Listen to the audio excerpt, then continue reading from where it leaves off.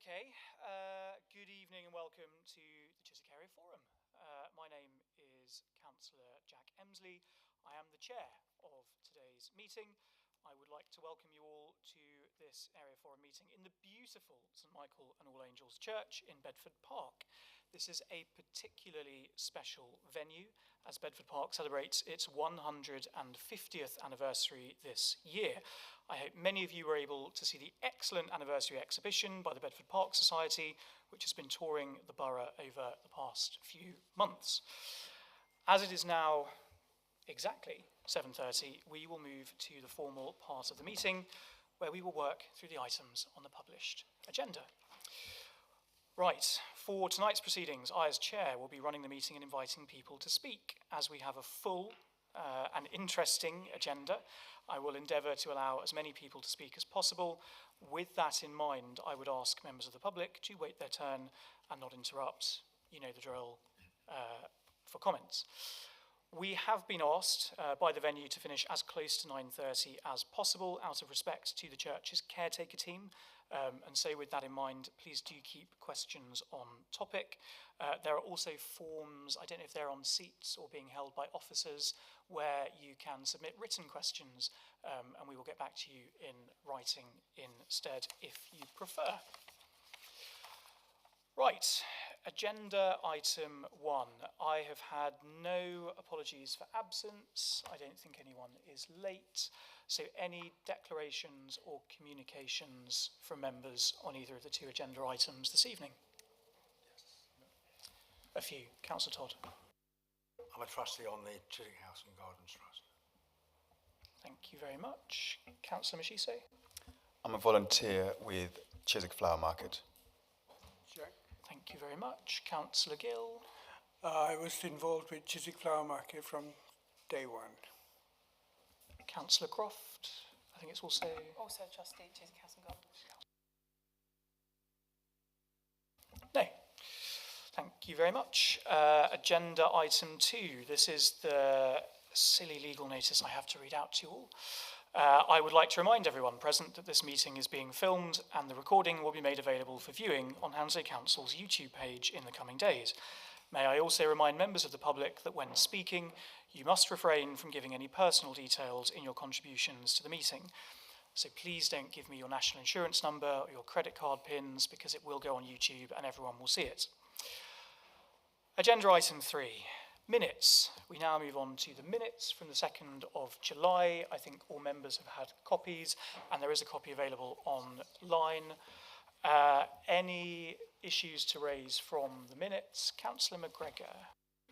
Thank you, Chair. I'm just looking at the minutes from the last meeting and there's a lot of actions to be done by officers. Have councillors all received action plans from officers which we reflected in our last meeting? Has anyone got any response from officers in the council from the stuff we discussed? I think that probably comes towards the issue tracker, and we can chat about that in the last agenda item, but I agree there were quite a few issues raised and we'll get to that on the issue tracker. Any other issues with the minutes? Do we approve the minutes? That's yes, perfect.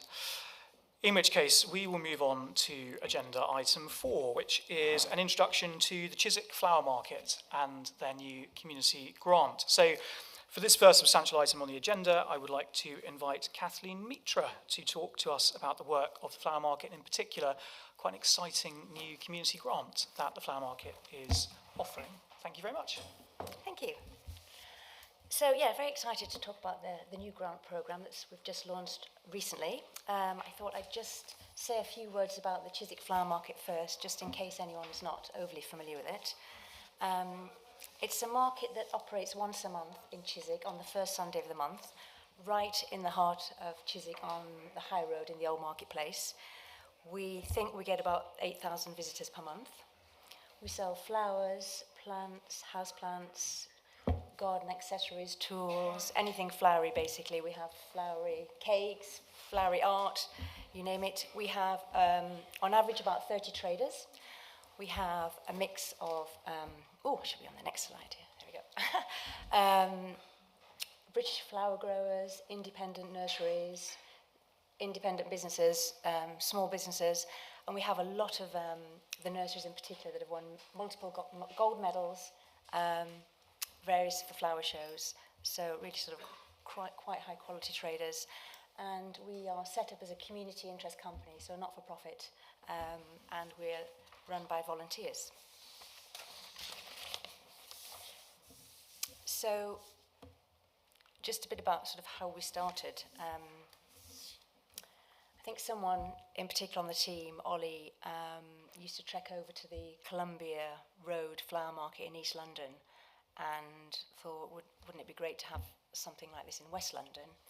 And I think at the same time, high roads across the country were struggling with closed shops and things, and the thought was this could sort of help perhaps revive the high road a bit, bring more people to Chiswick. So it was set up. Bridget, who I just see has walked in, came up with this amazing headline that it was the first new flower market in London in 150 years. And that was really sort of attention grabbing. We got a lot of press when we first started. We had a 2-page spread in the FT Weekend newspaper and lots of other press. And we started in September 2020, which was, if everyone recalls, after all the COVID lockdowns. So we had lots of people queuing up to come and see us. So it was really, really quite exciting from the get-go. Our aims and values, it's all about the community, helping the high road, focusing on greening and the environment, basically. We have 2 sources of income. The main one is that we charge our traders for their pictures, and we also sell our branded bags. The main idea of selling the bags is that so we don't have plastic bags at the market, but it's also a nice little marketing tool. But we've spent some of our money. We don't have much in the way of running costs. So the revenue we take, we've spent to date on community projects. Well, the most recent one was the Ginkgo Corner. I don't know if everyone's familiar with that.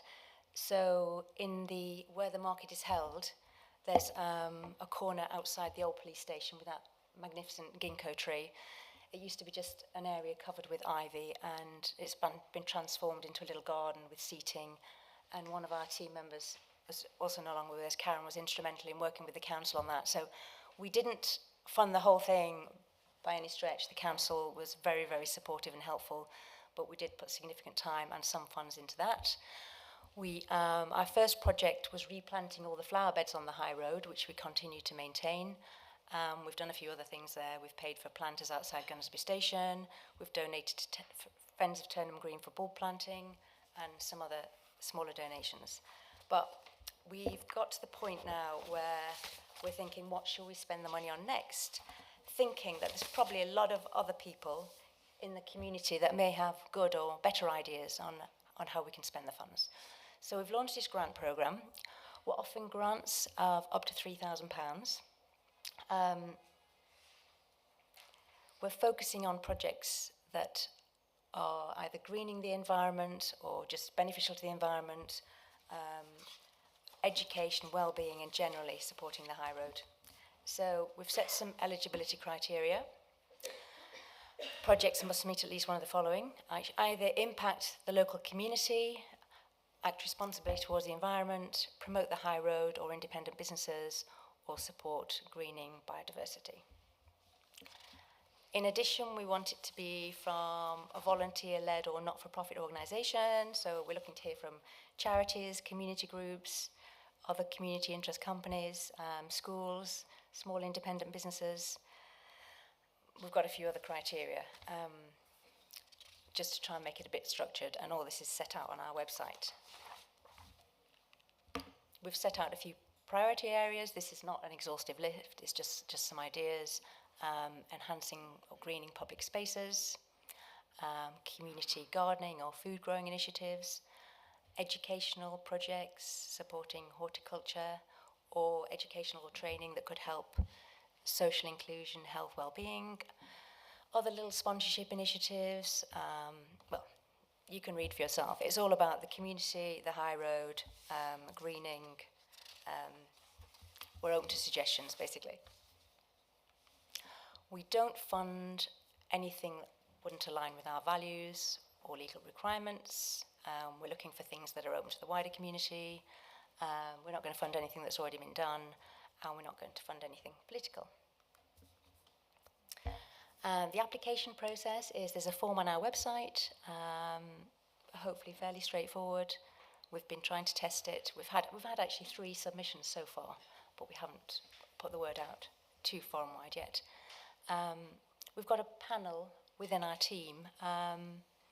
When we first had a little bit of press about this, we were quite lucky in that we had one person step forward to help us whose full-time job is managing grants and philanthropy, so that's really helpful because we're all sort of quite new to the process. And then we're going to ask that applicants tell us how they've spent the money once they've been awarded it. So we're asking people to apply now up until the end of November. We're going to try and review them quite quickly and announce the awards in December. Please spread the word. What we're expecting is we may get a few, we'll have round 1, we'll see how it goes, and then shortly thereafter, if we haven't spent all the money, we'll have round 2. But we're really, it's very much new and emerging. We're very much open to feedback and suggestions. As I said, the list online isn't an exhaustive list. We're, I'm sure we haven't thought of everything, but hopefully you sort of get the idea of what we're trying to do. And I have to end by saying that the next market is on the 2nd of November. Kathleen, thank you Yes. very much.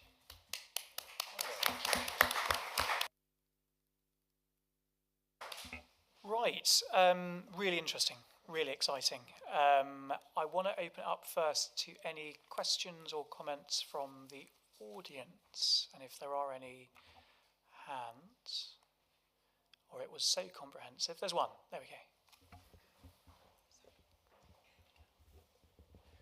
I think you expressed concern for small businesses. Yes. Yes, there used to be a very good florist on Chiswick High Road that closed. They're in queue now. They're in queue. I know they are. So Chiswick's loss is Q's gain. And they were there many days of the week, not once a month. Did their departure have anything to do with the flower market? Honestly, I don't know. Well, but I we think only you should operate- find out. Well, I think we only operate once a month. And I Yes. think you'll notice on the days that we do operate, there are plenty of people around. Oh, I know. I see their parked cars all around the place. But I think it's something you should inform yourself about, whether your presence had anything to do with the closing of that business. And it is a loss to Chiswick and a gain to Kew, near Kew Garden Station. Right. Okay. I think we have 2 more comments, questions. Karen Liebrich, I was one of the directors. I could answer your question. Dominic was trying to sell up for about 2 years secretly before the flower market started, and just didn't find the right, new opportunity and couldn't get out of his lease before. So I don't think that the flower market had anything to do with it. And he was involved in it at the beginning. I mean, I went to Wheeler's and I went to Dominic before we started the flower market to ask, and they were both supportive. And Dominic had a stall at the first 5 markets, 6 markets. Yes, he did come to the market. So I think you should be reassured about that. And one of our one of the flower market's baby traders has the shop now on Planet Urban Tropicana. Started with us to try it out, and now has a shop on Turnham Green Terrace. So I think you should be reassured that the flower market didn't kill that one. All right. I think we've got one more just at the front. Yeah, we have to be on the mic. I just wanted to add to that when I started the Chiswick calendar in November 2014, Dominic told me then that he was wanting to move.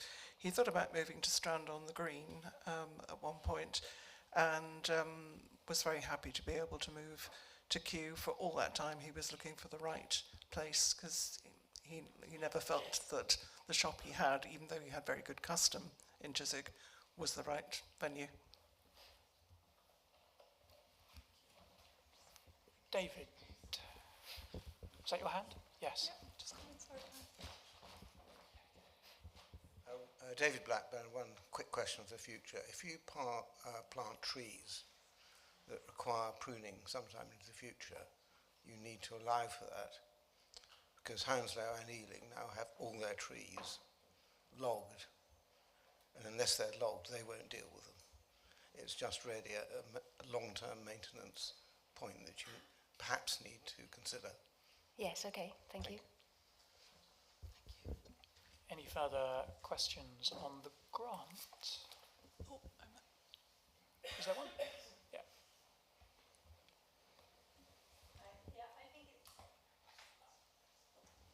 I think it's an excellent idea. It seems that it would very much appeal to schools and youth clubs, and I wonder if it's possible for you to reach out and make sure they're all aware that they can apply. We have reached out to some schools. We're very keen to target schools and youth clubs, and perhaps, yeah, that's a really good thought, and perhaps we need a more comprehensive list of people we could reach out to, but yes, thank you. And Ruth.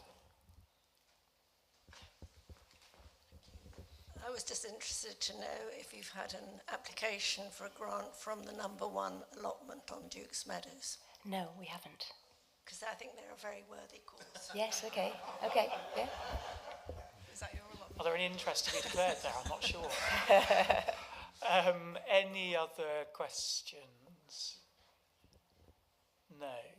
All right. Some fantastic suggestions there. And the schools, we can definitely help with that. Yes, great. The And outreach. also, can I just reiterate, if anyone does have any suggestions, please get in touch. Brilliant. Thank you. Any members? Councillor Gill was first. Thank you, Chair. And thank you, Kathleen, for that wonderful presentation. And as you know, I was with you right from day one with Karen, and I've seen the flower market grow, and it's brought really wonderful life to Chiswick and all the other markets as well. And it's great that you built it up, and now you're able to help other smaller projects, and be in this position from starting with nothing. I think it's a great achievement. And the Ginkgo corner, of course, I supported that, and that turned out to be wonderful now. Thank you. Yes, and I haven't actually said, but it's not confidential. We actually have £40,000 in our bank account now that we'd like to give back to the local community. Brilliant. Maybe the allotment will get some of that. Councillor McGregor. Thank you, Chair. Thank you for that very nice presentation. And it's good to hear that you're doing such great things. Can I just confirm that you are a community interest company? Is that your title? Yeah. Yes, we are, yes. And do you have charitable status? No. So non-charitable, but community interest? Yes. Thank you very much indeed. Councillor Thompson. I was at Columba Market, Columba Roma Flower Market a few weeks ago, and I'm pleased that perhaps, can I say, it hasn't taken off quite to the extent that has, because that's crazy busy. Just in terms of the rules and the stipulations, it did seem to be sort of Chiswick High Road focused.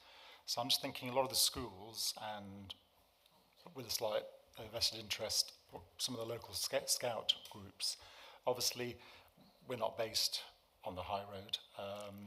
No, we're not limited to the high road. You're not. The wider area. So just on the wording, you just sort of say a high road focus, but that's not particularly the case. Not necessarily, no. That's brilliant. No, Thank no. you. Okay. Brilliant. Councillor Giles.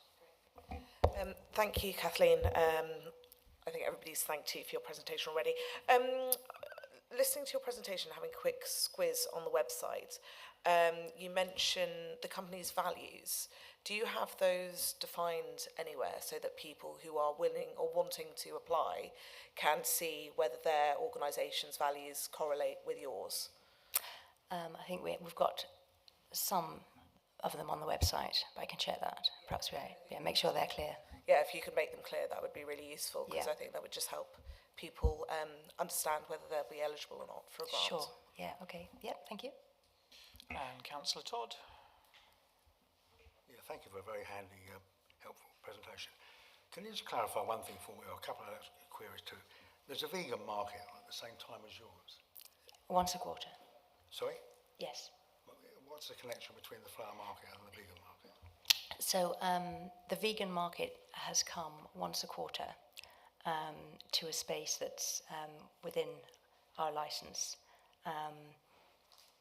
We've actually decided not to continue with that for next year.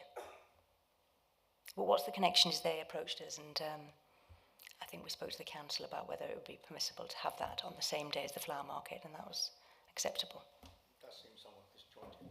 But the funding from that goes into the CRC or not? Yes. Okay. How many grants are there? Well, it's open-ended. We spend the money depending on how much people apply for. Have you considered giving a contribution to the flower trade through their various entities? No. Would you consider having, I'm looking at alternatives now, a stall for perhaps a new trader or someone who's struggling, where you could invite them to use the stall for free or reduced? Yes, so every month we have one free stall available for a local charity. And we are definitely open to supporting local businesses with either a reduced fee or certainly a free stall on a trial basis. Yeah. How do people know about that? That's a good question. I'm not sure. It's been word of mouth up to now. Perhaps we could be a bit more vocal about that. My final question, the interesting beds in the high road.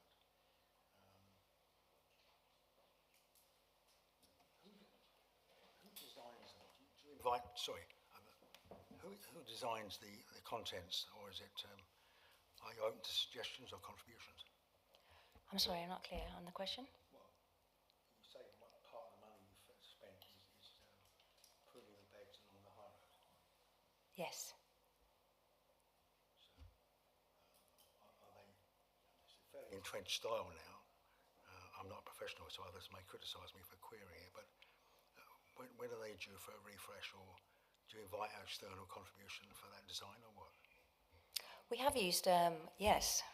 I mean, Karen was very involved in the Ginkgo Corner one, and for the high road ones, we had a professional garden designer working, and we got sign off from the council. Sorry, why the need for a professional gardener? Well, it was just someone that worked informally, just to advise us. We didn't pay them.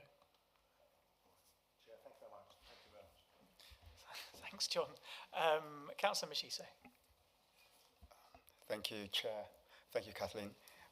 Yes, this is a fantastic project, Chiswick Flower Market. Like Councillor Gill, I've been supporting this from the outset and continue to support it as a volunteer. And I'm really, really interested in the money that you have now got and how we use it. So I'm going to suggest, almost in the same way that Councillor Todd has mentioned, a couple of ideas and see where we go with this. Now, the first one is there's a community garden project in Hogarth Estate, just near Hogarth Primary School there.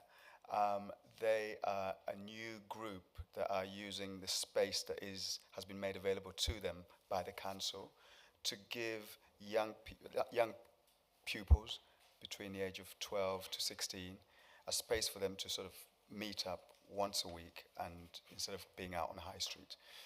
What they're looking for is an indoor space to have that meet, especially when the winter months come. Is that something that the flower market may be interested in having a look at, in terms of providing some funding where they can hire a space for an evening once or twice a week? Possibly. I'd have to say it would be good for them to write in, and then we could look at the specific requests, and we could analyse them in accordance with our criteria and all the other requests that we have. And I guess, but we're very supportive of schools and young people, and yes, for sure. Yeah, just wanted for the record, really. And there's more also on the same vein with so many activities, that the summer activities that come during the half terms for our young people. A lot of them, as you know, they can't afford to be at Rocks Lane, for example. It's too expensive. Okay. And if there is a way that we can help facilitate some of the costs of that, I think that would be quite a useful thing. And that's, I think, partnering up with Chiswick School and St Mary's Primary School and Hogarth and Cavendish, perhaps there's ways in which we can mitigate some of the costs for these summer activity camps. That sounds really good. Yeah, definitely. So, on my second point is just after we were elected, and before Chiswick Flower Market started, we were involved in something where we were trying to tackle loneliness amongst our elderly population, and that has sort of carried on over the years, but in a very, very ad hoc and very small way. Would you be keen to support our elderly population in Chiswick with activities for them? Because the closest hub they've got is in Brentford, which is a bus ride away. We don't really have much in terms of an offer in Chiswick other than age concern. Would that be something that you may explore to perhaps help our elderly residents who want to connect again, but they don't have the... Oh, again, that sounds okay. Like definitely something we consider. That's great. Yeah. Can I also suggest that there is a space available if we speak to the managers at Home Cross House as a potential venue where we could improve the activities for our elderly. And wonderful. Brilliant. Yeah. Well, a few good ideas then. Yes. So are you going to write in? Well, this meeting is on record, so we'll use that to tell the people who are interested to apply. Wonderful. Great. Yeah, sounds good. I think Ron had been storing those up all month, but very good. Councillor Biddulph. Thank you, and thanks for the update. You mentioned the grants panel. I wondered if you knew who was going to be on the grants panel, or is it going to change each time? Well, leading our grants panel is going to be this new person. Her name is Jenny Oppenheimer, and she is Chiswick resident, and her role, full-time role, is doing this. We've also got Chris on our team, myself, Ollie, I think, the four of us at the moment. So it's basically the flower market team plus the specialist, as it were. Yes, Yeah, but we would be open to anyone else that wants to come forward and help us. That's fine too. Okay, Yeah. Thank you. Yeah. Thanks. Lovely. Unless we have anyone else, I haven't come up with a list yet of different things I'd like the flower market to fund. But following Ron's excellent contribution, I will write in. And maybe we can do something. But Kathleen, thank you very much for that presentation. Yeah, my pleasure. Really, really informative, really, really interesting. And we are looking forward to seeing lots of flower market approved projects across Chiswick. Brilliant. Thank you. Thank you.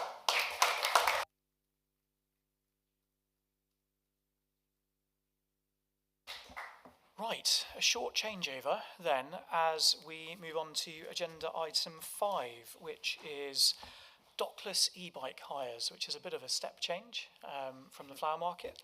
I think we're inviting Alexandra Crush from the council, and she will be joined by Dominic Hughes from Forest and Michael Duke from Voy. Thank you very much.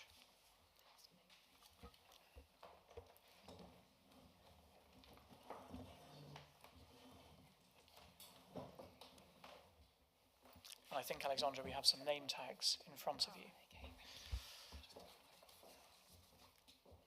Perfect. So, just by way of a quick introduction, I'm sure that we'll move it. Alexandra is the Programme and Strategy Manager in Hounslow Council's Traffic and Transport Department. Alex, as I said, is here from Voy. No, Dominic is here from Forest. Michael is here from Voy, and they are Hounslow's two new e-bike providers. We'll first hear a short presentation from our three guests, and then we will open up to the floor for questions from the audience on either the council strategy or our two new providers. So, Alex, I will hand over to you. Thank you very much. I'm here tonight to introduce you to our new e-bike providers. So first of all, a bit of context. Following a competitive tender process earlier in the year, those new contracts were awarded to Forest and Voy. The tender specification and evaluation criteria were very much informed by feedback from residents that came as part of our parking and curbside strategy consultation, in the e-bike feedback that we received as part of the trial. And that included an aspiration for better parking compliance in particular, more affordable user pricing and faster response times from the operators to any issues. So following a successful tender process, the operations commenced on the 11th of August of this year, and that will be a 2-year contract with a potential 1-year extension. We see this as very much a short-term solution, the longer-term ambition being a TfL-led Pan-London contract, which is expected to follow once the relevant legislation is in place.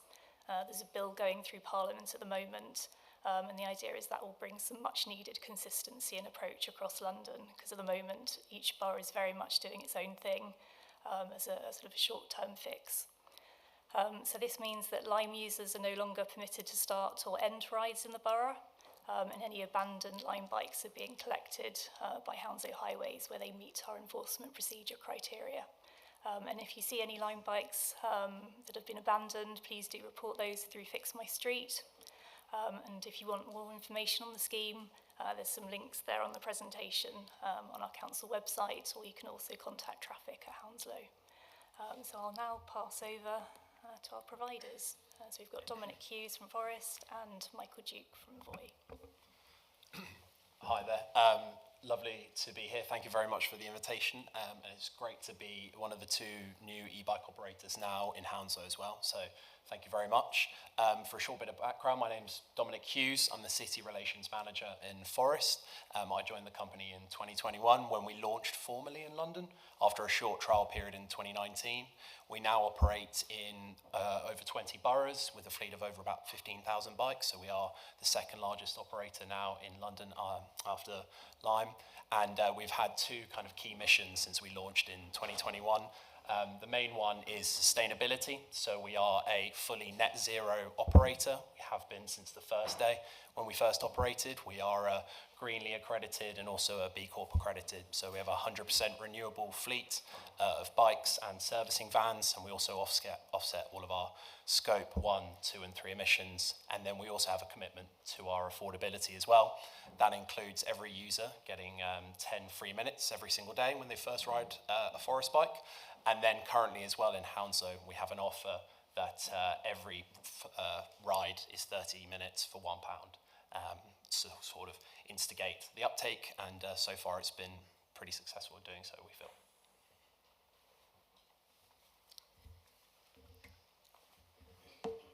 Yeah, thank you, Dominic, and thank you, Chair, for the invitation. Really good to be here. Just a bit of background. My name is Michael Duke. I'm the Senior City Success Manager at Voy, so essentially I oversee our London operations. I lead sort of on all the stakeholder engagement side of things as well.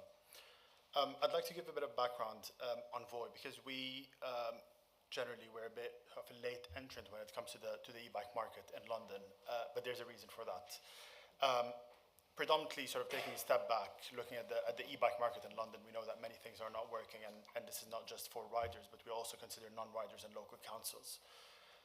When we look at the sort of the policy landscape in London, looking at what Alexandra was mentioning before, as every local authority works independently, we know that some agreements are not being respected.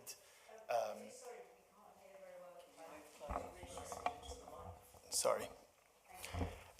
So yeah, when we look at the overall sort of policy landscape in London, we knew that several things were not working, not just for riders, but also for non-riders and local councils. Especially, for example, some agreements were not being respected.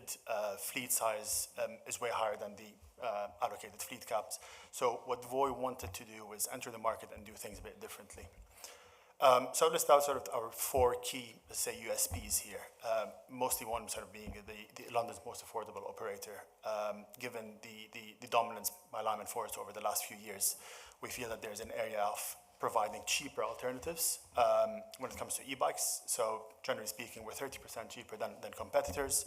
And for Hounslow specifically, we have a £1.75 fare for Hounslow residents only for 30 minutes of riding. Secondly is on the innovation side of things. We're also sort of looking at the landscape in London. There has been much change or much innovation when it comes to e-bike models. So that's why Voy is operating 2 e-bike models, not just in Hounslow, but also in other boroughs we operate in. I'll touch on that in a minute, so I won't go in a bit more detail, but one of the e-bike models includes our lighter e-bike model, which caters to wider needs. Thirdly, we're also respecting the parking models sort of agreed with the council. So that's 100% mandatory parking zone, not allowing riders to just abandon their bike wherever they want and really respecting the rules. And then lastly, one thing that we're really pushing for and advocating is data sharing, which we believe is really key to grow a successful micromobility scheme. And that is something that was not being really enforced previously. So one thing we're doing is funding access to a real-time data platform where boroughs, local authorities can really monitor fleet size, parking compliance, and other key metrics to inform how we manage the scheme and how we grow the scheme.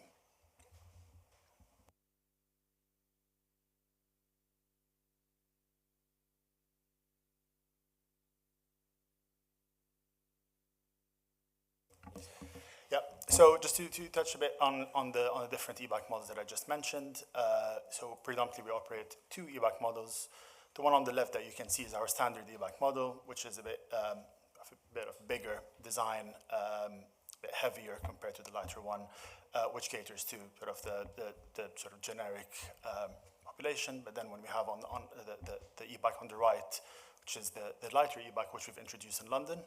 We're the first operator to do that in London, and so far the only operator to do that. And we've noticed that operating this e-bike in other markets, we've seen around 35% higher uptake by women and certain people with disabilities because it's 25% lighter, easier to maneuver. So it's a good case study to show that e-bikes should not be targeting certain sectors of the population, but this is why what we're trying to do is try to appeal for the wider needs in the society.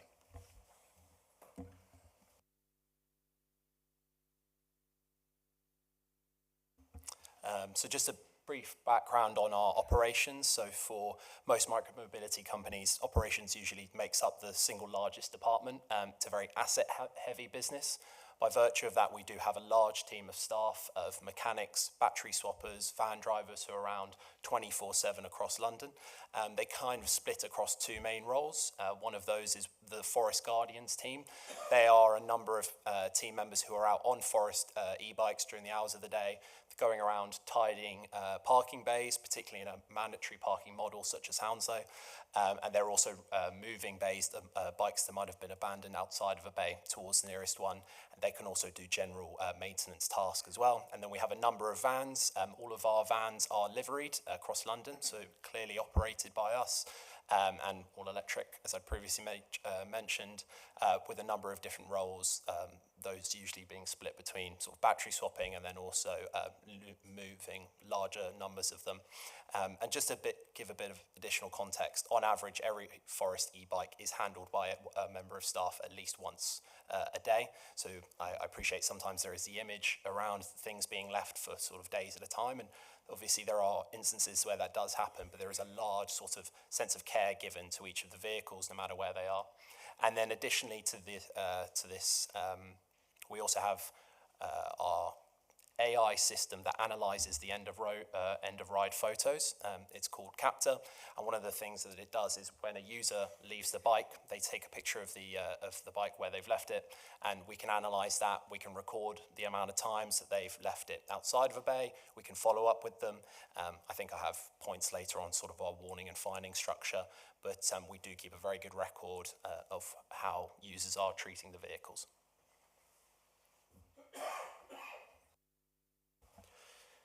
Yeah, and just touch a bit more detail on Voy's parking procedure and user education. So obviously parking and bikes being left outside of bays or misparked is the biggest sort of spotlight when it comes to micromobility.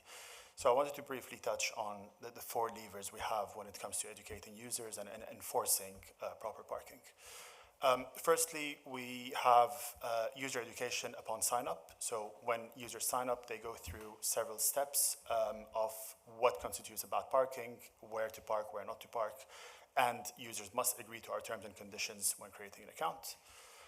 Secondly, as with Voy and Forest and other operators, we have geofencing technology and geolocation technology, which is accurate to around 10 centimeters. So with the geofencing technology, we can implement no parking zones, no riding zones, low speed zones to monitor sort of or regulate parking, but also in highly pedestrianized area, we can restrict the e-assist. We also have the parking technology, which Dom touched on in terms of the AI review at the end of each ride. Riders must submit an Android photo that is automatically reviewed by the AI, and as part of that, bad parking leads to fines, warnings, and potentially bans. And then we have what we call a max capacity feature that essentially can virtually limit the number of bikes in a certain bay. So this is where we work with the council. Let's say in a particular bay, there's an allowance for 5 Voy bikes. We set this in our system. That means if there are 5 Voy bikes there, the 6th rider is unable to park or to end their ride there to limit the space in that bay.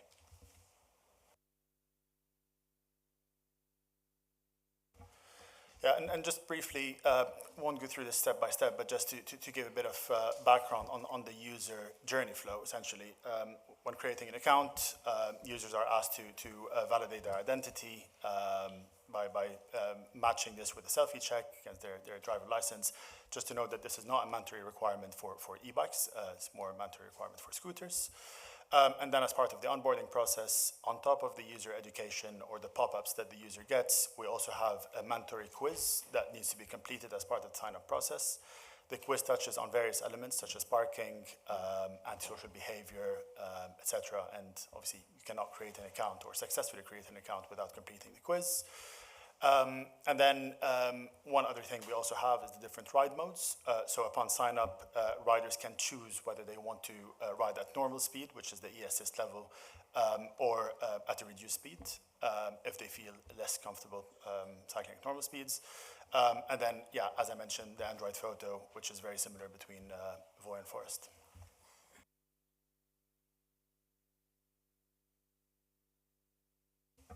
Thank you. So we've been operating in the borough for just over 2 months now, I'd say. And this is the figures that we've already got. So, well, for the first 8 weeks or so, Forest has seen over 150,000 trips in the borough, and we've already had over 20,000 active users.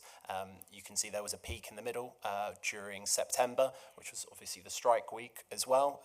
We managed to get tens of thousands of people across London to work on the day or during the days of the strikes. And then in terms of our customer service team, obviously our customer service are there for our riders, but they're also there for all members of the public as well. So you can contact the team through any of these different means, the email address, there is a live chat on our app or our website, social media, and we have a phone number. We also have on the handlebar of every bike a sticker with the phone number on, and also a QR code through which you can go to a quick form and you can report any badly parked e-bike in the borough, and we'll be there in under an hour to remove that and make sure that if that's causing obstruction, it will be taken out of the way. And then in terms of our warning and fining structure, we give for bad behaviour. First strike is a warning, moving up to a £20 fine, followed by a 2-week suspension, followed by a full service ban. We can also blacklist device IDs, payment methods, and email addresses. They can't simply just make a new account using a different email address on the same phone, for example. And every user who abandons an e-bike outside of a parking bay does also receive an automatic £20 fine. So we try to ensure that there's a very strict and pretty rigorous form of warning and fining in place across London.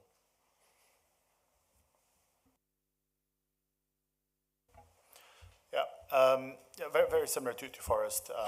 We also operate a similar system. Just to break it down into 2 main areas, how we tackle both bad parking and antisocial behavior. So starting with antisocial behavior, we adopt a 4-strike policy. And by antisocial behavior, means sort of twin riding, riding under the influence, riding on the pavement, etc. So first one, you get a warning. Then we have a 3-strike policy, which every strike leads to certain sort of temporary ban, so 7-day, 30-day ban, and then the 3rd strike leads to a permanent service ban for repeat offenders. However, we do see a significant decline in antisocial behavior after users receive their first warning. So data shows that over 90% of riders who receive their first warnings do not go on and repeat another offense. Then when it comes to bad parking, it's a bit more straightforward. So we have a system whereby if a user is just leaving their bike outside the parking bay or blocking the pavement, they receive 2 warnings before a £25 fine. For repeat offenders as well, we can ban riders permanently from the service. Yeah, just quickly touching on sort of the reporting mechanisms that we have. Again, we have 2 different reporting mechanisms. We have our report to Voi form, which can be accessed through online, report.voi.com. And this is an easy way to report any misparked bike, just providing sort of the location and the time. And this will be attended in less than an hour. Or we have our support team, which can be emailed at the address on the right, and this is more for generic complaints and social behavior and badly parked bikes as well.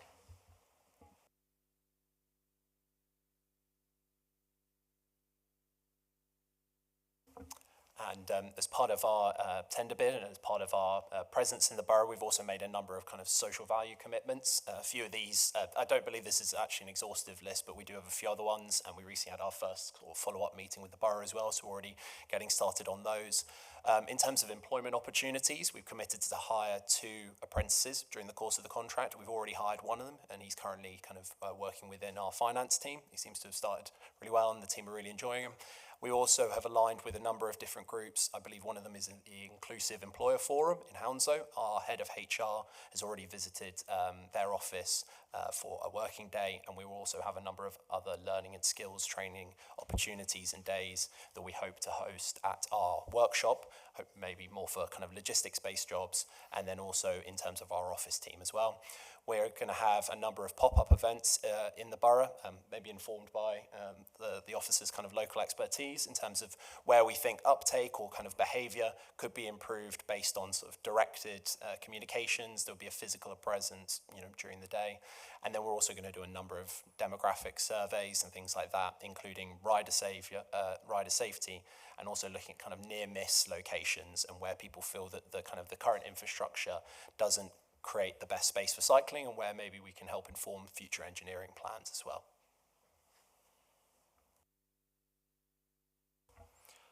Yeah, and just to follow up on that point, we also have a few sort of operational commitments on top of the social value commitments in Hounslow, but just to echo what Dom was saying earlier in terms of how we deal with the bikes on the streets.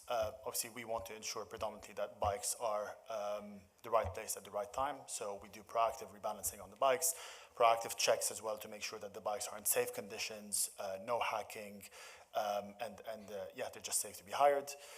And we also do 100% green operations, so all our e-vans in the field are 100% electric. We also rely on e-cargo bikes to move bikes around or repark misparked vehicles. We also, when we redistribute our bikes across Hounslow, we also prioritize not just areas with high demand, but also areas with low accessibility to public transport, just because we believe in this equitable access to e-bikes and micromobility.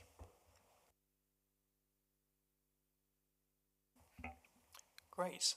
Michael, Dominic, Alex, thank you very much for that. Very much presentation in 2 halves, I think the council and then the providers. I suspect there might be plenty of questions, so we're going to throw it open to the audience first. David, you had your hand up first. Is it this one? Oh, are you both David? Are we both David? Oh. Okay. Sorry, so it's David Blackburn. I cycle, I drive, I'm a pedestrian. It seems to me that one of the biggest problems you have are your riders. And the dual directional cycle lanes cause real problems, particularly when you're turning across them, because the bikes can go so quickly and accelerate so quickly.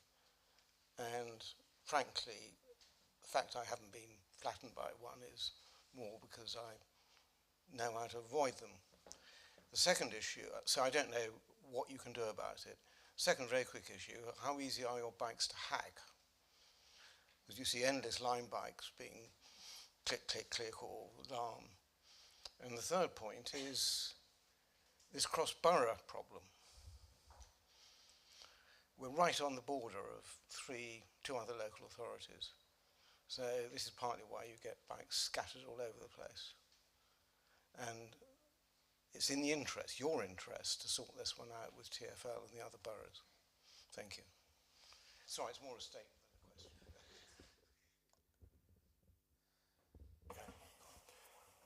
Yes, so to answer your first question around the speed, obviously I'm mentioning our geofencing technology, and this is where we work with the council to identify especially highly pedestrianized areas to restrict the speed.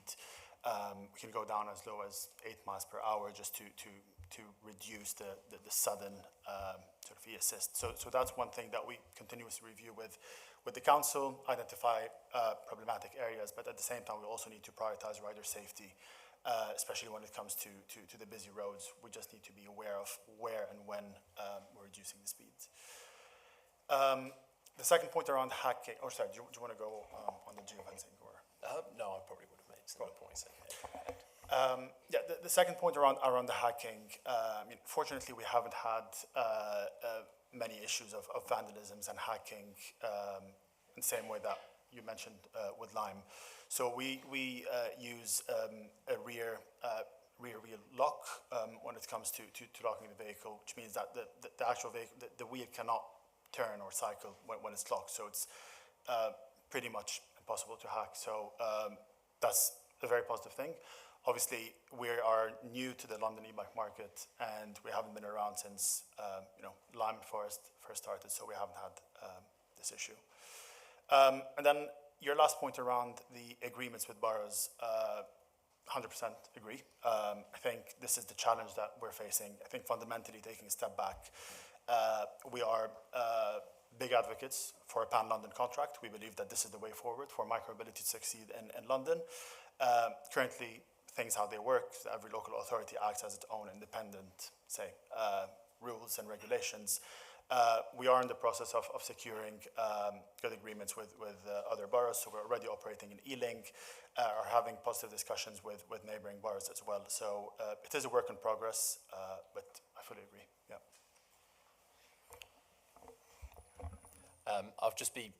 I'm mindful of the fact that there's probably a lot of answers where I'll end up repeating each other, so I'll try to avoid that, but very quickly on the topic of the hack bikes.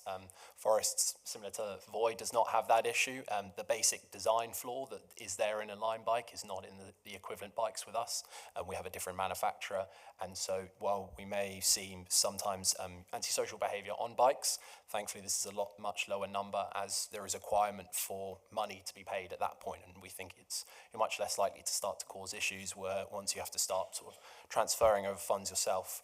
And then in terms of the cycle training, I completely agree. We do try and work a lot on different campaigns, different communication methods with our riders. We've also helped fund cycle training in every single borough that we operate in.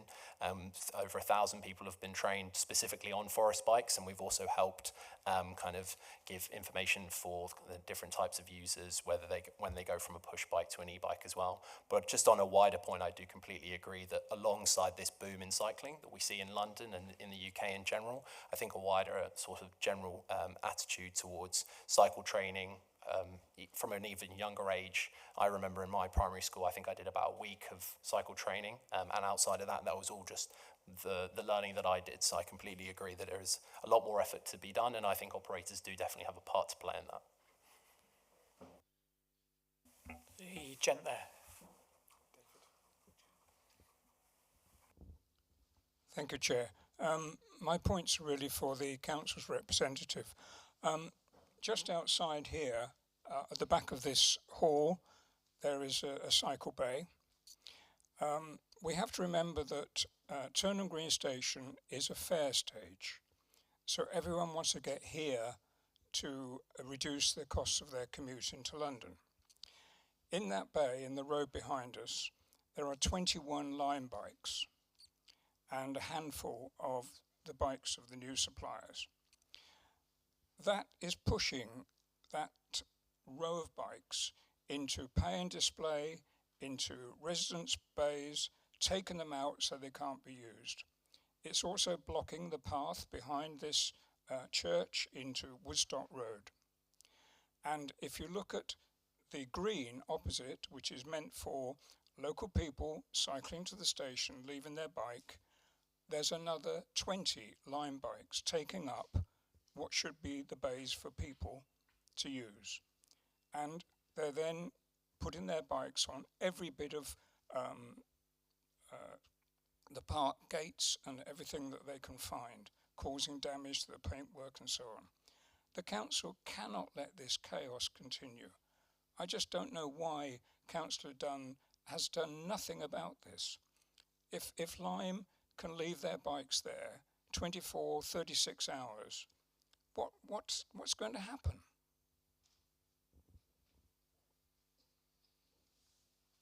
So, as I mentioned earlier, where we are seeing Lime bikes parked in the borough, we do have the ability to get those removed by our contractors at Hounslow Highways. But I'm conscious where we are now, it's on the boundary with Ealing. So obviously we can raise the issue with Ealing to see if there's something they can do to raise this with Lime. So I'll take that point away and see what we can do. More broadly, it comes back to this point about the need for a Pan-London contract though, because I think that's the issue that we're seeing at the boundary in many instances, as users are having to transfer bikes from one to the other. And the short-term solution is those kind of wider negotiations with neighbouring boroughs that the operators are very much pursuing to see if they can reach some kind of agreement.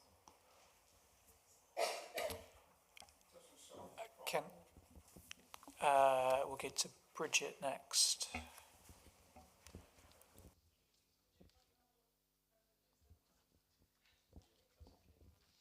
I have a question for each of you, Forrest and Voy, but I just wanted to clarify something you said, Michael. Do you actually set the speed, maximum speed these bikes can do in different areas? And if that's the case, what's the speed for Chiswick High Road? Yeah, so our normal speed is 15.5 miles per hour, but then, as I mentioned, sort of we agree with the council on let's say highly pedestrianised areas or other sensitive areas where we can limit the speed. So everything we do is done in partnership and collaboration with the council, depending on the sensitivity of the area. So what's the speed in Chiswick High Road? 15.5 miles per hour. 15.5? Yeah. Okay, so... 15.15. I thought you said 50, I'm really sorry. 1.5. Yes, so staying with you, the biggest criticism I've heard about Voy is you don't have enough bikes. And whereas people could come out of their houses, there's loads of them, as we know, at stations, but the residential bays don't have them in the way that Lime did. And so whereas you used to be able to come out and be sure of getting a Lime bike, now you just take pot luck whether you can find a bike or not. And and this wasn't your decision, because there are two companies, that halves your chances of getting one, particularly if you can't be bothered to have both apps and you've chosen one. So what are you doing about that? Yes, essentially, as I mentioned earlier, we're a new player in London. We're expanding our operations.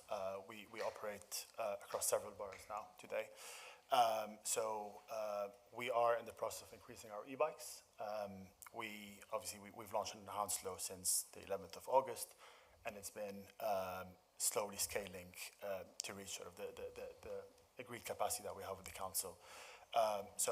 Fundamentally, Voy is just starting from a different position because we're a new operator, new to the e-bike market, not to the e-scooter market.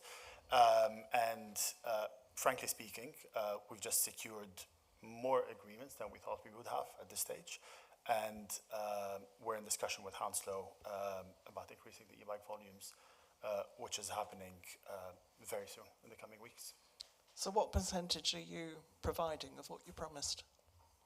Well, we'll be providing 100% of what we promised. But what are you providing now? Currently? We're over 50%. Okay, and the question to Forrest was, you set out your promises and won the tender, and then the first thing you did in August was double your prices. So that it negated one of the main reasons why the council took you on, which seems like misleading them. I guess, well, firstly, I'd say that the pricing was kept separate from the tender document. That was actually something that was laid out by the council in terms of operators' prices. There was additional efforts that we could make or additional discounts that we could offer. However, since launch, we have also had that every single bike in the borough is £1 for 30 minutes. That offer is not replicated borough-wide in any other borough in London. So initially, at least for the first few months, there has been still a very good price point per entry. And what I would say is although we're not currently as cheap as Voi, we are also still significantly cheaper than London, than Lime in the rest of London by virtue of the 10 minutes free. So I appreciate that there was a price increase, but we still think that's commensurate to relatively how affordable we are and also the additional discounts that we But you also linked it to the prices you were having to pay to boroughs. You said we are increasing our prices because we've had to pay so much for the contracts. So surely your tender was wrong because you weren't able to meet what you promised, and you knew that when you did it.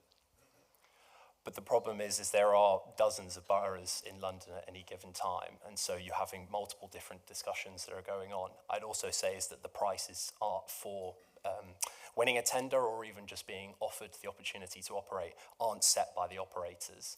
And what we have seen is a significant increase in the prices across different boroughs given to us as opposed to what we request.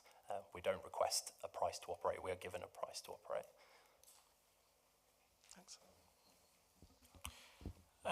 The chap in the front here. Thank you, Trevor. Thanks for the presentations, first of all. And I just think it's worth acknowledging the improvement since you guys have been operating. I don't think that's really been said yet, but actually it was a mess, a real mess under Lyme. And I'm quite proud that the council have not pandered to the market leader and just gone for cost only, and have really taken time to assess the tenders and gone actually level of service, service hygiene, making sure the streets are clean and safe, and all of those things are a really important thing for all of us. So I think that's disrupted things a little bit, which stands you in good stead, I think, if you continue to, deliver good service at a decent price for that large tender offer and opportunity that Alexandra is referring to. I also think it's fantastic that this council has really got behind the whole of London approach. I think that's the right one. I think whilst things are market driven, we should make the market work for its pay, and we'll continue to push you. But actually, I think there probably should be another way of delivering services at London-wide way, and I look forward to seeing what that looks like. My question, I'm very sorry, it was a long-winded sort of praise for you, but my question is around data sharing and whether and to what extent you share with Alexandra and her team data on where bad offending is occurring in terms of parking, where those hot spots, or whatever you call them in your terminology, whatever those bad spots are, and what mitigating action you take that's actually proactive, whether you send people down to monitor certain things at certain times of day and that kind of thing. And is that data sharing agreement in the kind of terms and conditions of the contract? And how extensive is it? What data are you sharing? Thank you. Yeah, so one of the contractual commitments is for the operators to provide us with data on a monthly basis. There's a whole range of metrics which they're obliged to provide, and I'll let the operators elaborate on that as they choose. I think we've been clear that we will be providing periodic updates on our website, making use of that data so we can ensure transparency for the public and advise you how the scheme's going and how it's running. But I'll let the operators jump in if there's any particular metrics they'd like to highlight. As Alexandra said, there are a number of different metrics, but specific to the ones that you mentioned, we do supply the parking bays, which see the highest versus also the lowest parking compliance. we are both new operators to the borough. We weren't previously operating in, so sometimes it takes a few weeks for us to have the data pool with which to show these are the problem areas. Obviously, the shame is that I imagine those areas were still problematic before, so they're not new to the borough, but they are new to the operator. But now, off the back of the initial sort of 2 months that we've been operating, we are drawing up hotspot lists and then also actions. What I would say is we, regardless of those monthly updates that we do, we're already aware of what the busiest parking bays at any given time are. And for us, that would include, and I'm sure it's similar for Voy, rangers being stationed at parking bays during the busiest times. Often that will be around stations during the mornings and the afternoons during commuter hours, tidying bikes as they come into parking bays, or scheduling vans to come do sort of widespread removals once those parking bays reach capacity at the busiest times as well. So yeah, a number of different metrics plus the actions to kind of resolve the problems that we find.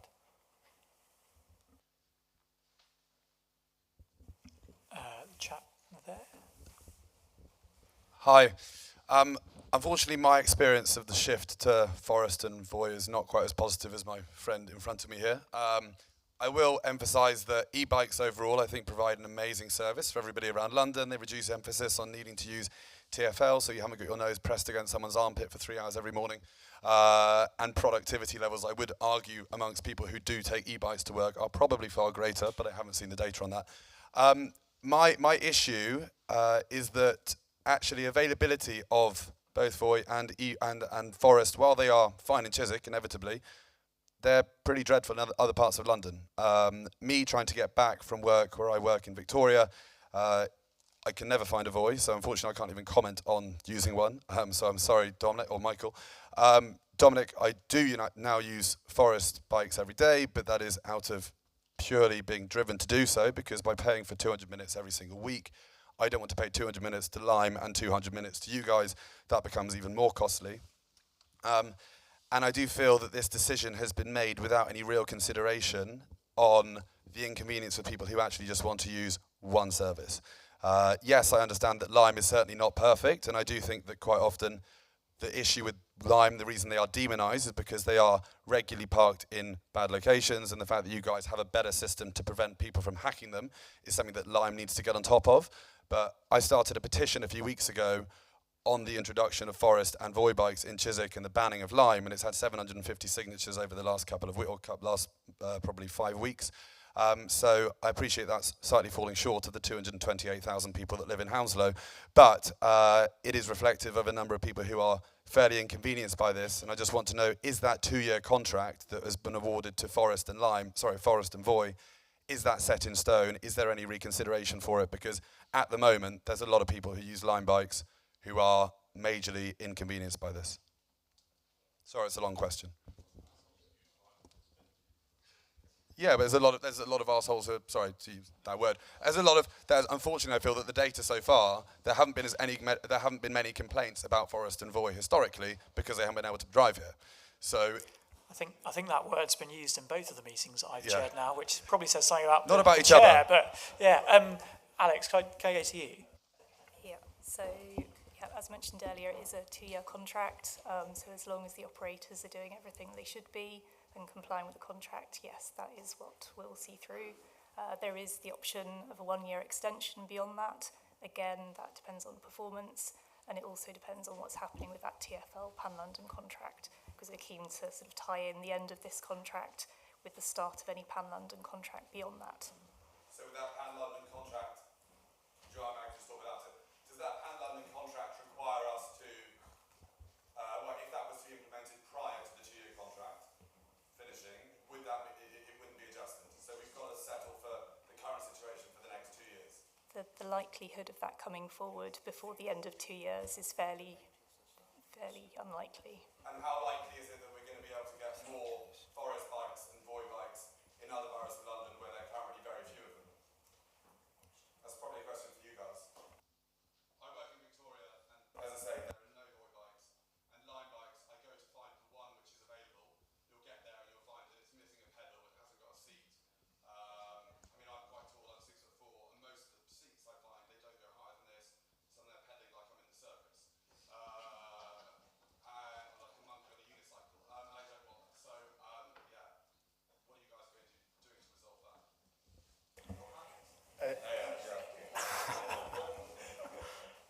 In terms of availability, as I mentioned, we're still new in London from a void perspective, so we still do not have agreements with all boroughs. So in Victoria, which is Westminster, we actually do not operate there. We operate our scooters there, but not our bikes. We are in select boroughs, which I'm more than happy to. I think we have a map on the Hounslow website anyway, which shows which boroughs we're live in. We're live currently in 5 boroughs. We're expanding our operations. We're scaling the fleet over the coming weeks and months, so we should have wider coverage.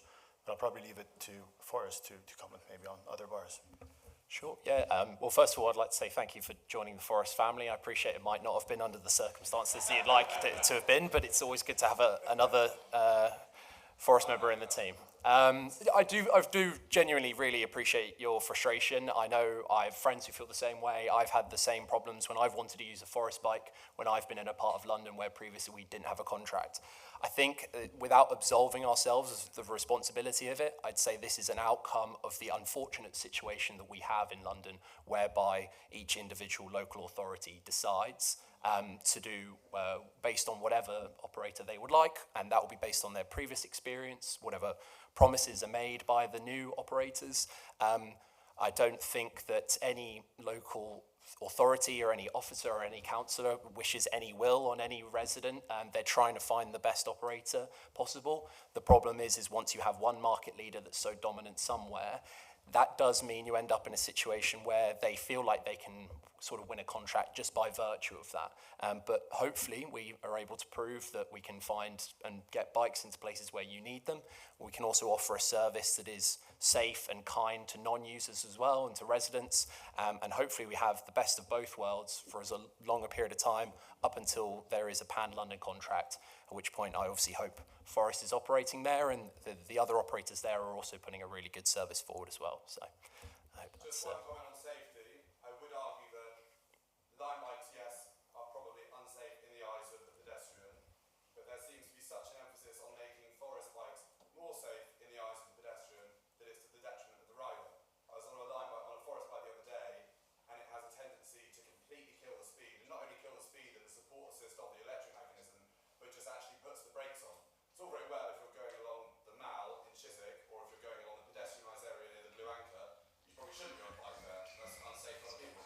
But when you're going along, when you're cycling on the lane that goes as the cycle lane finishes and you're going along King Street in Hammersmith, quite often my line bike will completely stop. Or sorry, Forrest bike will completely stop. And the issue with that is I've got a bus coming the other way, like it was the other day. I had no power to move out the way of the bus.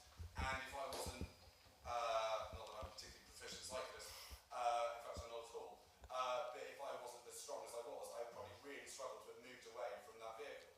And I feel that it's an unnecessary safety procedure, which is actually making the bikes more unsafe. What I would say is I don't think that is a safety feature. I think that's just a mechanical issue with an individual bike. Within the, you're always, sorry. Yeah, that's not. I don't think that's not an issue of once you reach a certain place where you're not allowed to operate. I don't believe down the King's Road, because we do have a contract and operate in Hammersmith and Fulham.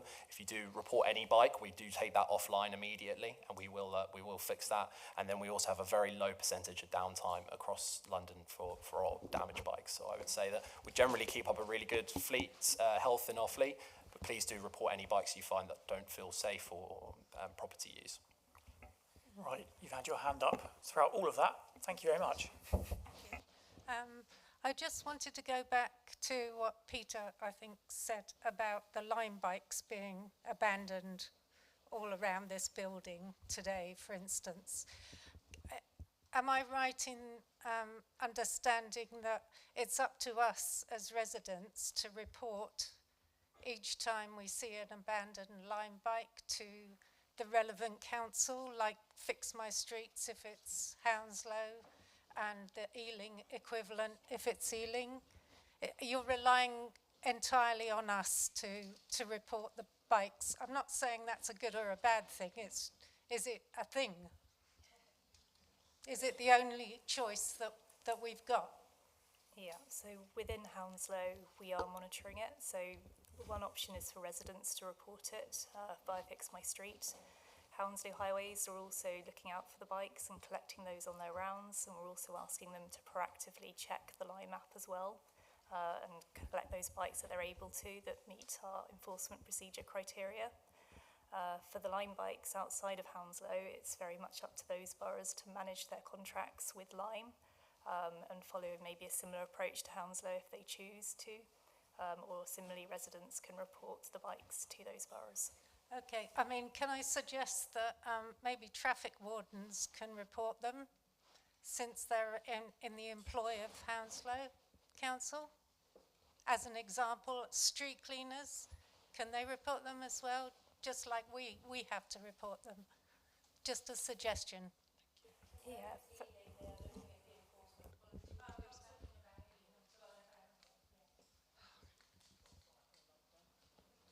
Yeah, that's a good suggestion. I'll take that away and talk to colleagues about whether we can use that as a reporting technique.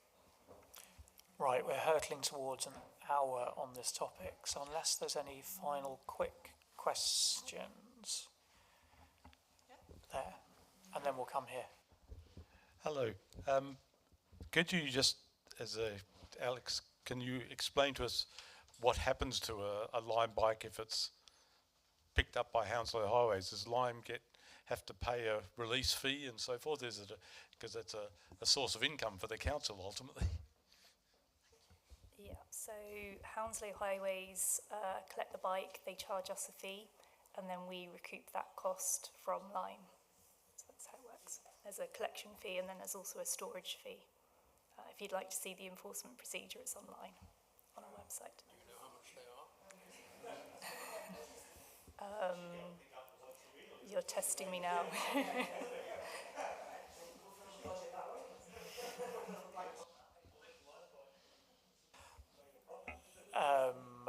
There is a suggestion for the budget shortfall.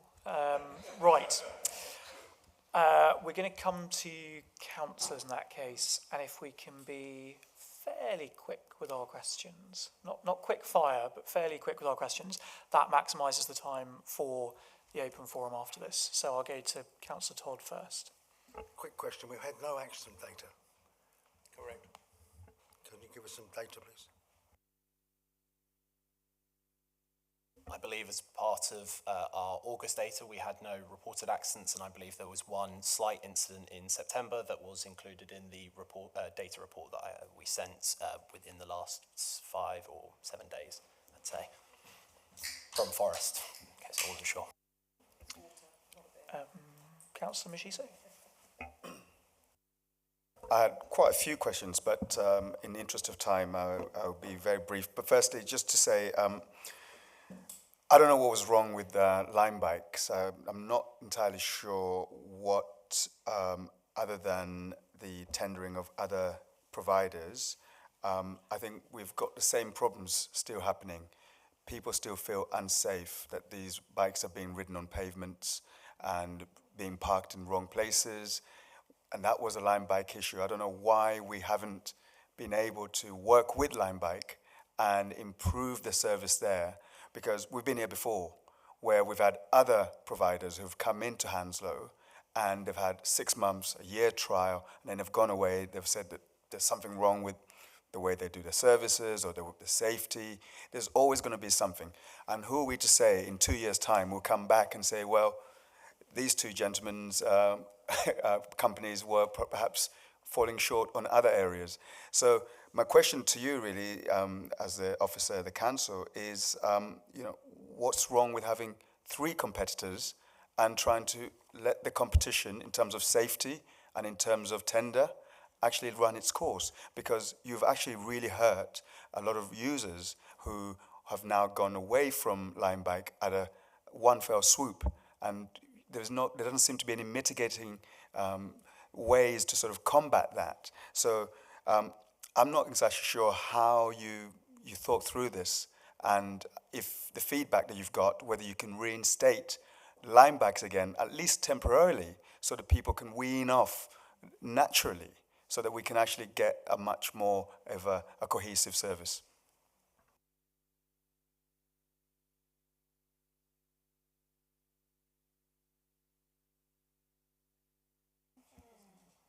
I think it is a policy. I'm happy to let Alex answer if she wants to, or we can skip.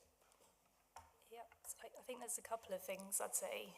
So first of all, the agreement we had in place with Lyme was via an MOU, so we didn't have much ability to hold them to account.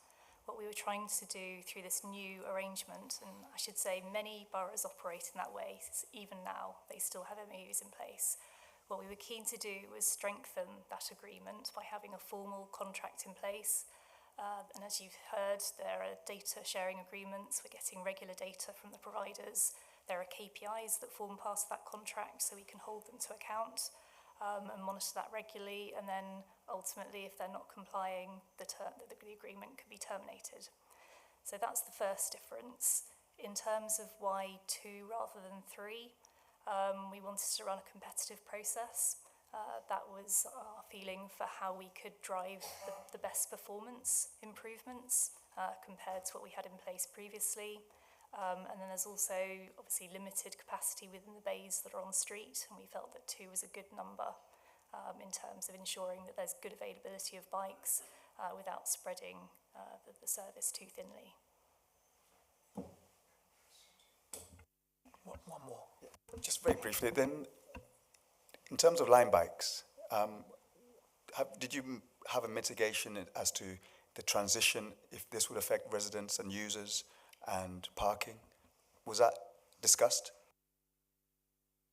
It was thought about, but I think it's a very difficult situation because each borough is reviewing its policies continually, so it's very difficult to plan for at the moment, to be honest with you. And that is, again, I come back to the same point, which is that's why that Pan-London contract is so important. I think it's a great source of frustration London-wide amongst borough officers that isn't happening more quickly, because that would solve a lot of these problems. Councillor Biddulph. Thank you. I think my first question is probably more for Alex, but it might also involve Forrest and Voy. I think we have to acknowledge that there is one good thing about the scheme that we have here, and that is that we have bays. Anyone who goes to Westminster, for example, sees even worse, if you can believe it, chaos on pavements than we have here.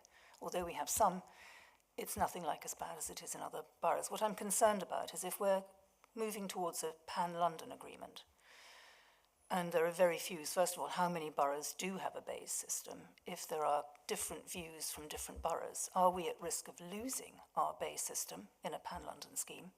At what point is the scheme that we want non-negotiable, if you like, with TfL? And the second thing is that in a ward like, and here we've got 3 Chiswick wards, 2 are bounded by 2 other boroughs.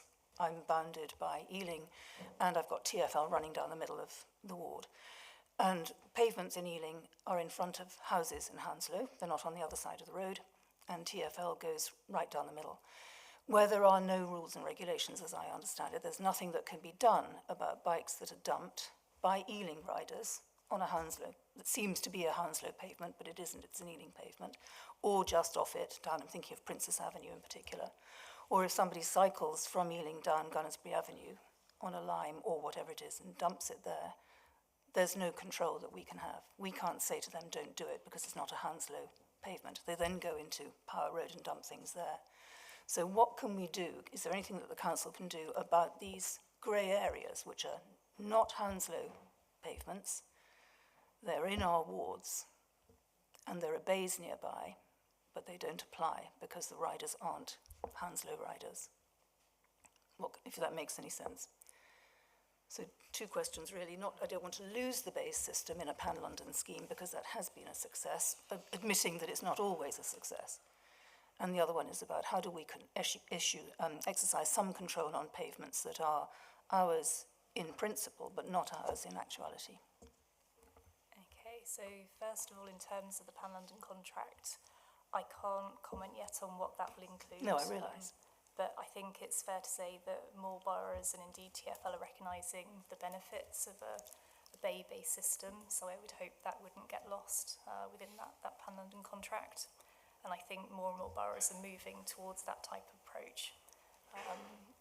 In terms of your second question, I'm not really understanding the point about the pavements that fall without sort of beyond our control. Do you mean on TfL network or? So the Chiswick Gunnersbury ward, the north of it, fronts Ealing.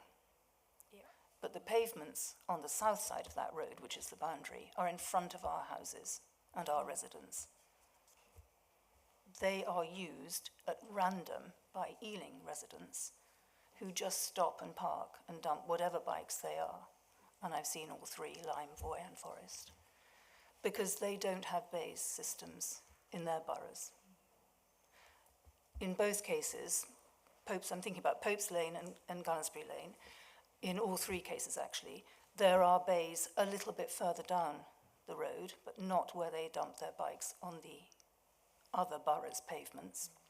Then the TfL road it's the North Circular drives right the way through the ward. And that's not a Hounslow road or a Hounslow pavement either. So we have riders coming from Ealing on whatever they want, dumping their bikes on either the Gunnersbury Avenue or just off it, and not being obliged to park in the bays that are just off Gunnersbury Avenue and just off Gunnersbury Lane and Pope's Lane. I think I'll take that point away and discuss it with Thank you, because it's something I've been trying to battle with, and and can I just quickly get one more in for Voy and Forest? Response times are really important. Other people have asked about how you report abandoned bikes, and I've been reporting, first of all, on Fix My Street about Lyme, and to you too.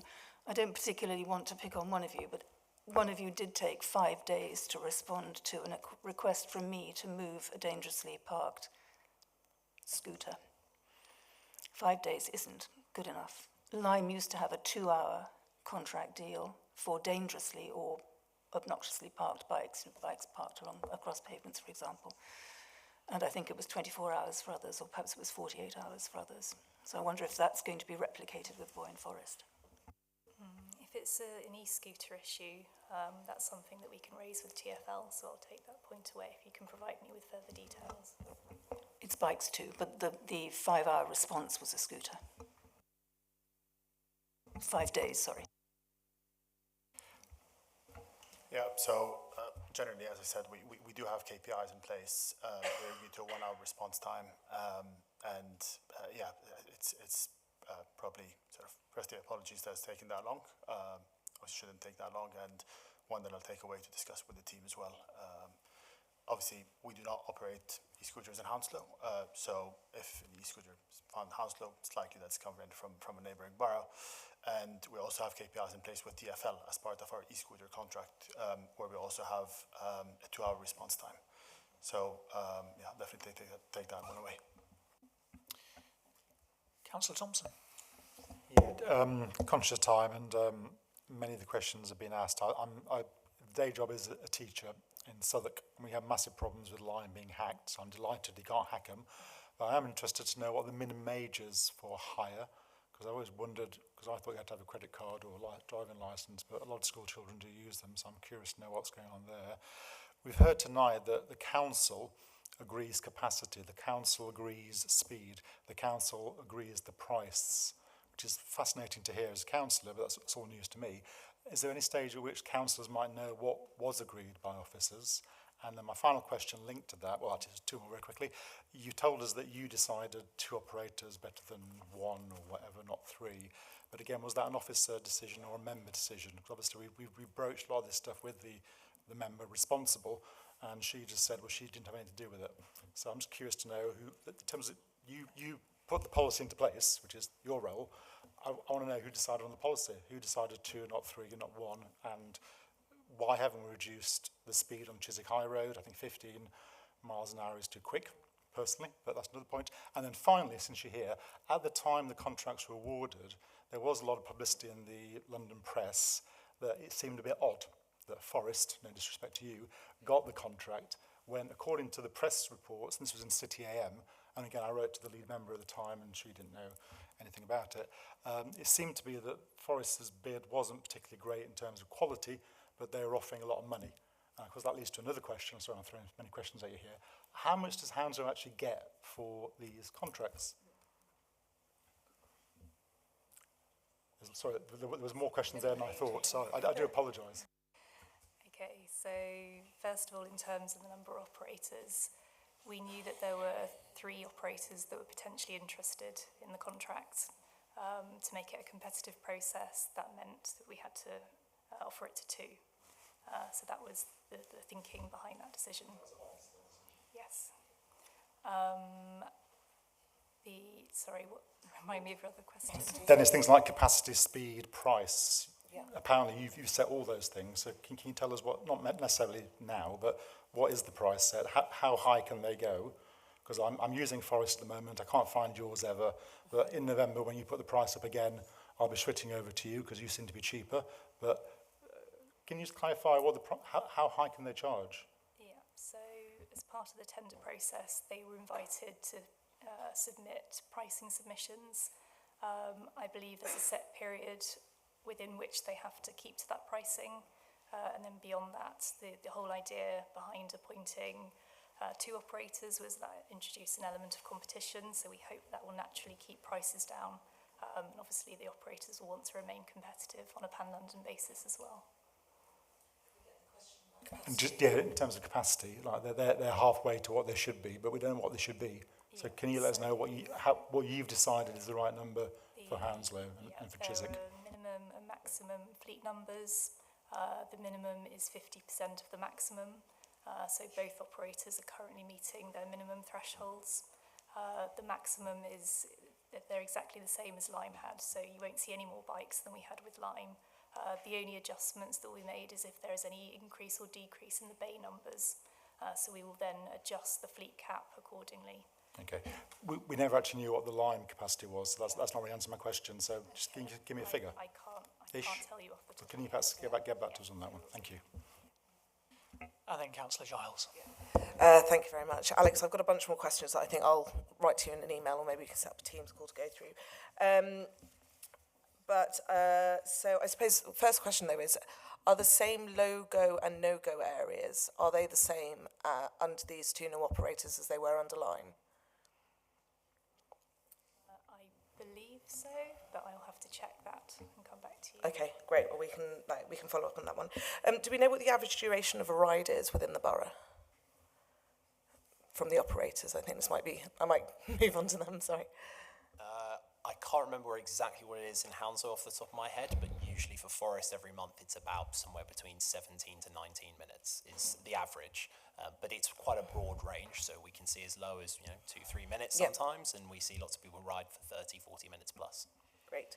I'm very curious as to what you were both saying about data sharing. So it's like, what do you do with our data, and who do you share our data with, and is this then sold on to another third party? Looking at Google Play, actually the app says that no data is shared with a third party, which means that your claims about sharing it with Hounslow are either not updated on the App Store, or they're misleading. So it's about understanding what data is being stored and shared. Obviously, there's a lot of ads within the Forest platform as well. I haven't used Voy because, to be honest, I tried to use it. There was nothing around, so I didn't bother downloading the app because app fatigue is a real thing, and I'm very conscious about who I give my data to.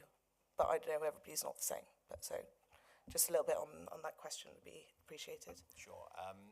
In terms of that specific wording on the website, I have to double check. If it had been anything on none of your personal data would be shared, then that is absolutely correct. We follow all GDPR requirements. In terms of the aggregated Hounslow specific data, we don't share that with anyone but Hounslow. We have wider London aggregated data, but for us that is generally only really shared with TfL if they ask for it. I believe we do share certain things with like the sustainability credential companies that we've worked for, such as Greenly and B Corp, but again that's all anonymised and aggregated by just ride numbers, durations and things like that. And so I think that wording would have been specific to personal. Yes, it says no data shared with third parties, and it says data safety. Safety starts with understanding how developers collect and share your data. Data privacy and security practices may vary based on your use, region and age. The developer provided this information, and all they've provided is no data shared with third parties. So I think that is referring to personal information. But you might want to be explicit. If you look at what Voy have put, it's a lot more explicit about what they collect and what they share. Sure, absolutely, yeah. I can speak to the team about making sure that wording clear. Yeah. And then is it sold? No, we going to turn off. To Voy? Okay, great. Radius for parking enforcement. Sorry, Alex. Just come back to you. I know with Lime we had 5 plus 5 for 5 metre radius plus another 5 metre radius, I believe. Is that still the same for Voy and Forest, or is that radius for parking reduced? So there was a radius around the parking bays that we were told about 2.5 years ago. Do you mean in terms of geofencing?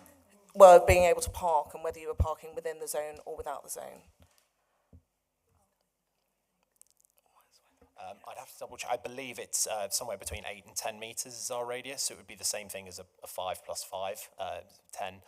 It's quite a standard kind of micromobility model to have, a slightly extended parking area.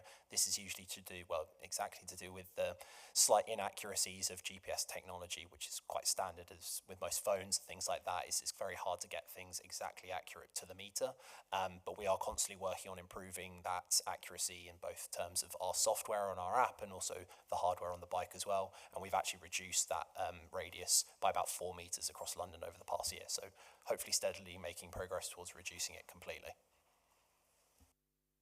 Yeah, it's the same for Voy. It's essentially industry standards. One thing we regularly do internally is we analyze sort of the parking compliance on a sort of geography level. And obviously areas with high complaints or an oversaturation of bikes, we reduce the buffer, let's call it. And other areas, let's say where the geofencing is not as accurate, we can reduce by a metre or increase by a metre or two to allow riders to park. Great. And then my final question is about cycling under the influence. Lime had a setup that if you were looking to hire a bike within certain hours, it would ask you to do reflex tests. What is your practice with that? Yeah, we have something very similar, which is called the reaction test, which is very similar to the Lime one. We activate it, especially on weekends. I believe it's from Thursday through to Sunday after 8 p.m. I'll have to double check that, but yeah, we ask you to conduct a test. If you do not pass this quiz, you cannot hire a bike.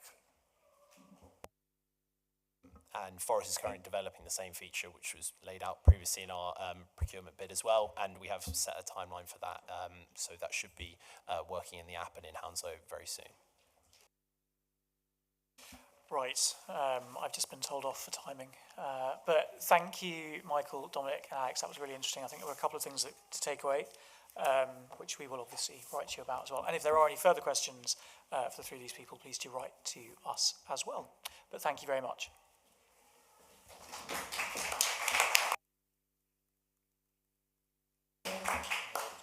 Right, that moves us on to agenda item 6, which is the open forum.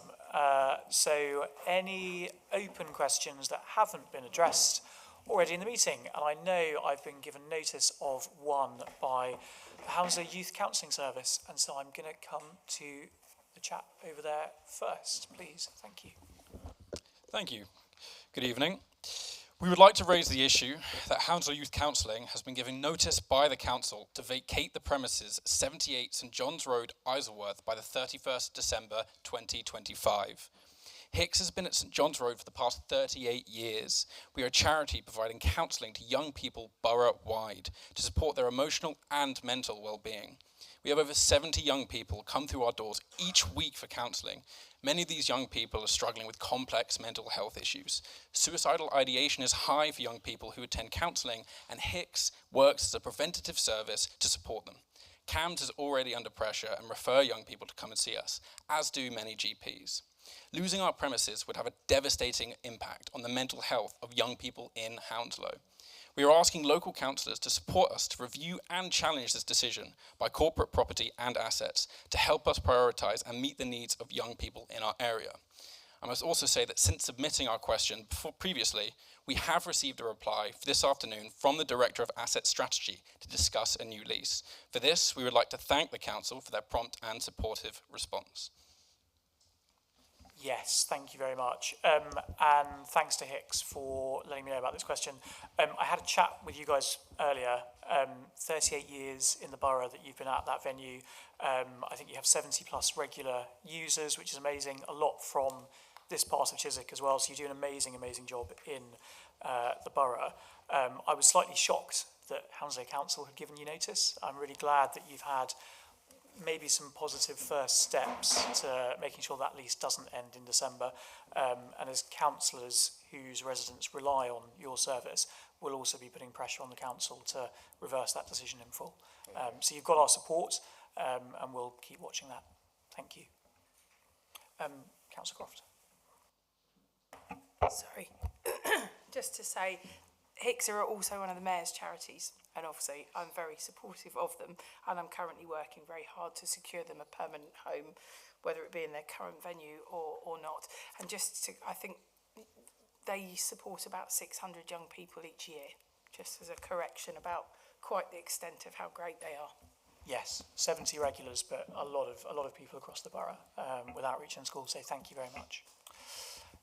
Other questions from the audience? Yes, in the front. I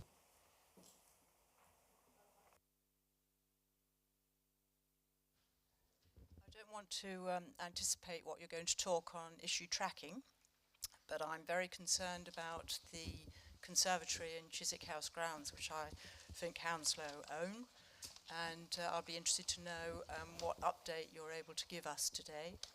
And I also wanted to know that the 423,000 that Hounslow brilliantly allocated to start the repairs of the conservatory in 2022 is still available to them. Yes, thank you very much. And thank you again for submitting this in advance. So I do have a couple of paragraphs from Councillor Tom Bruce, who's the councillor in charge of this and Housing Council. I know we have some trustees as well who might want to say something, but I will read this out first. So this is what Councillor Tom Bruce says. He says, Chiswick House and Gardens Trust and Hounslow Council are working in partnership to plan for and secure the conservatory's future as part of a long-term capital programme. The conservatory, as a Grade 1 listed historically significant garden building, is incredibly important to us all. As background, the council has funded the ongoing repairs to glazed conservatory that have taken place at least annually since 2020. The trust undertakes regular condition reviews and is advised by special architects. The trust is working closely with the LBH team, exploring, securing funding for more fundamental reconstruction work on the conservatory, and they will provide additional updates as and when they can. The options for a long-term future for this iconic building are complex, expensive, and involve a number of stakeholders and advisors with whom we are already working closely. The funding given so far to Chiswick House and Gardens Trust from the council has been to pay for temporary works to stabilise the site and will fund investigations into how full refurbishment and conservation could be carried out. We are currently in discussion with Chiswick House and Gardens Trust and Historic England about that, and it will require further substantial funding projected to run into millions of pounds, the source of which has yet to be identified. So that's the statement I've been provided with. Councillor McGregor. Around about 17 years ago, I was lead member for finance, and we had a similar request. We didn't mess around with all this stakeholder stuff. We just found the money because we were saving money hugely when we ran the council, and we had spare funds to do it. And this was a conservatory that was well worth keeping because, of course, it has architecturally huge significance. Councillor Todd, who is a trustee. I'll just follow up. There are two trustees, Madam Mayor and myself. Can I say without any doubt, there's no cover-up, there's no slowdown. The money is in place. It's an active project with the trust. But when the current director took over, at the start of COVID, we were technically bust. And since that date, I'm thrilled to say we've raised £6 million for the current project, which is give us greater use amongst education, amongst the garden. You'll see the footfall. We have 150 volunteer gardeners. Now, the ambition is to go ahead with that. There is a manager has been appointed. I said the money is available. What will happen once part of the project's to rebuild the training school and elsewhere, that will generate even more income for the trust. More importantly, Historic England are working with us, and we need to remind each other that this is a grade 1 listed project. You simply can't knock it down and walk away. There are legal obligations. And I'm pleased to know that we are currently working with Historic England, with English Heritage and the council with the new project manager to project this project at every possible speed forward.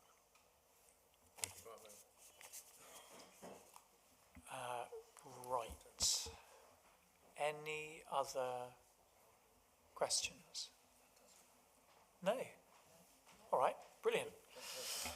In which case, we will move on to... I wasn't expecting to be that short. Where are my notes? We'll move on to agenda item 7, which is the issue tracker, which was mentioned earlier. This is a method to, as it says on the tin, track issues. A copy of this is available online and in the minutes. I'm not proposing that we go through each one line by line, but if councillors have any updates to issues on the tracker that we haven't covered already this evening, please let me know. Councillor McGregor, you were first.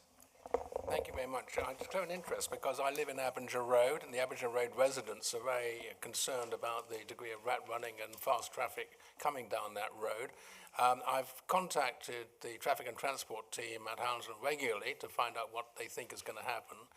At the last meeting, I said that I was going to try and get money put into the current year, that's this year's budget. That's going back to last March, and it was not possible to do that, but I squeezed a promise of some kind out of traffic and transport that they would then look at it. The matter has slightly been overtaken by the fact that Ealing has preempted the SU because they've now declared a street which is going to be school space proximate to Abinger Road, which will mean that rat running during the business hours of the school will not take place because it's now a low traffic neighbourhood. So sometimes LTNs actually work. Sometimes. Thank you, Sam. Thank you, Councillor McGregor. Councillor Thompson? Yeah, I don't have any wording now, but obviously the issue on page 27 is the enforcement of abandoned e-bikes, and all the text is referring to issues we used to have plenty with Lime. I just think in light of the fact that Lime's gone, and now we have other issues, but still to do with Lime, the bike, Voy and Forest, perhaps we ought to, maybe I can make some suggestions to the committee after this meeting, just reword that slightly, just in light of events. Yeah, makes sense to me. Thank you. Councillor Biddulph. The same point for a couple of the issues that are there already, but I would like to add, because I think it's an issue for an awful lot of residents, and they're combined at the moment, but they might become separated. The leafing schedule, the weeding that follows the spraying, and the use of glyphosate. Yes, thank you very much. Councillor Moshiso. Yes, thank you, Chair. There was an issue tracker that was raised initially with Councillor Biddulph about the recycling from flats above shops, something that we have campaigned long and hard for. Just wanted to add something to that, if it can be minuted, that the bins are being emptied and great, and they're on time. However, the specialist men and women who do the heavy lifting, unfortunately, it just needs to be made sure that the entire bin is cleared, because there's a massive build-up now of excess waste that is attracting unwanted residents into those bins. Small flying residents. Yeah, okay, we will minute that. Any other issue tracker updates? Councillor McGregor again. You've got some time. Just Turnham Green Station. I had the privilege of jumping on a Piccadilly line train going eastbound because the district line was up the spout again. And we got to Hammersmith in 2.5 minutes. I couldn't believe it. It was wonderful. The sooner we get the Piccadilly line stopping at Turnham Green Station, the better for everybody in Chiswick. Absolutely agree. Councillor Giles. Yeah, can we also add the development of Chiswick Village to the issue tracker as well, an item to watch? Yes, I know this has been something that you're working on, so we will add that and get the wording as well. Unless there's anything else, that moves us on to agenda item 8. I've not been notified of any AOB, which means, please note, the date of the next meeting is the 19th of January 2026, and that means without the suspension of standing orders for the first time in... No, there's one more. I was that close. I was that close. Happy New Year. Still without the suspension of standing orders. Thank you very much, Councillor McGregor. The meeting is now closed. Thank you very much. Thank you, Chair.